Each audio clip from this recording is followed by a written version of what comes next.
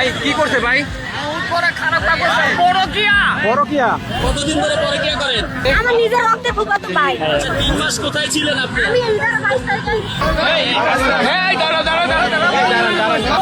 এই হাতে না ধরেছেন।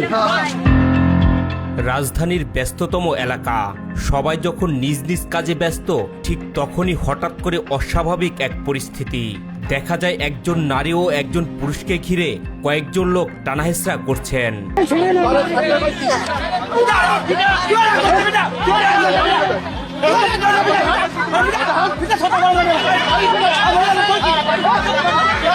মুহূর্তেই সেখানে উৎসুক জনতার ভিড় জমে যায়। উপস্থিত অনেকেই ঘটনাটিকে দেখলেও শুরুতে কেউই বুঝতে পারছিলেন না কি কারণে প্রকাশ্য রাস্তায় এভাবে তাদের ঘিরে ধরা হয়েছে।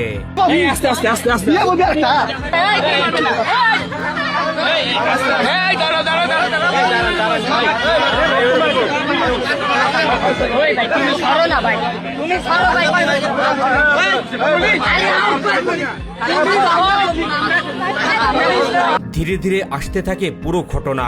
অভিযোগ রয়েছে এক সন্তানের জননী দীর্ঘদিন ধরে স্বামীকে ফাঁকি দিয়ে প্রেমিকের সাথে বিভিন্ন স্থানে সময় কাটিয়ে আসছিলেন।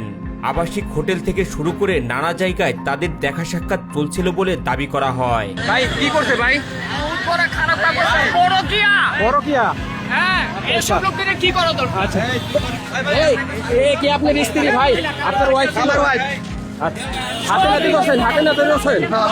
আজকে তুই যে ভুলটা করছো সামনে পাইলাম আমি স্ত্রী কর্মীদের সেই জন্য কথা তুই যে ভুলটা করছো টাকা তো না তুই তো উইকেলার উইকে না তুই আছে কাগজ দিয়ে ছাড়া দিবি পুলিশ আসলে একসাথে যাবে কাগজ দিয়ে ছাড়া দিবি তুই দে তুই সবই দে তুই দিবি কাগজ আমার জায়গা আরে কয়ের ভাগ করে দিছিস না তিন আমি বার চাই না এখনো দেই কাগজ দিতে নেই আমি চাই নাই আল্লাহ দেখছে না। স্ত্রীর আচরণ নিয়ে বিভিন্ন সময় সন্দেহ হলেও কখনোই তাদের হাতে নাতে ধরতে পারেননি স্বামী।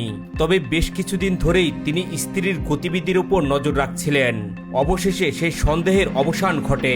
এক পর্যায়ে পরক্রিয়া প্রেমিক সহ স্ত্রীকে হাতে নাতে ধরে ফেলেন তিনি। কতদিন ধরে পরকিয়া করেন? পরকিয়া না ভাই। তাহলে আমার ফুফাতো ভাই 3 মাস কই আসছিল? 3 মাস কই আসছিল?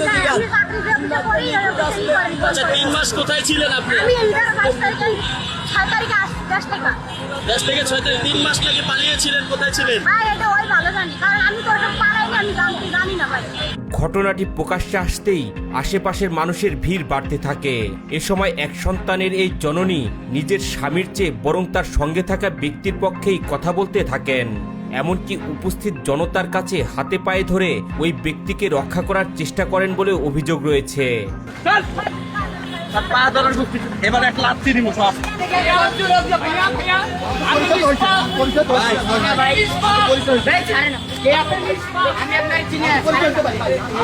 পরিস্থিতি আরো নাটকীয় হয়ে ওঠে যখন এই নারী দাবি করেন তার সঙ্গে থাকা ব্যক্তি কোনো পরক্রিয়া প্রেমিক নন, বরং তার ফুফাতো ভাই। তবে সঙ্গে সঙ্গে সেই দাবিকে অস্বীকার করেন তার স্বামী। তিনি জানান সংসার জীবনে এত বছরেও যদি সত্যি তার স্ত্রীর ফুফাতো ভাই হয়ে থাকেন তাহলে অবশ্যই তিনি তাকে চিনতেন। আচ্ছা উনি দাবি করছে ওনার মামাতো বোন। আপনি কি? আমি জানি আমি চিনি আমার নিজের রক্তে ফুফাতো ভাই।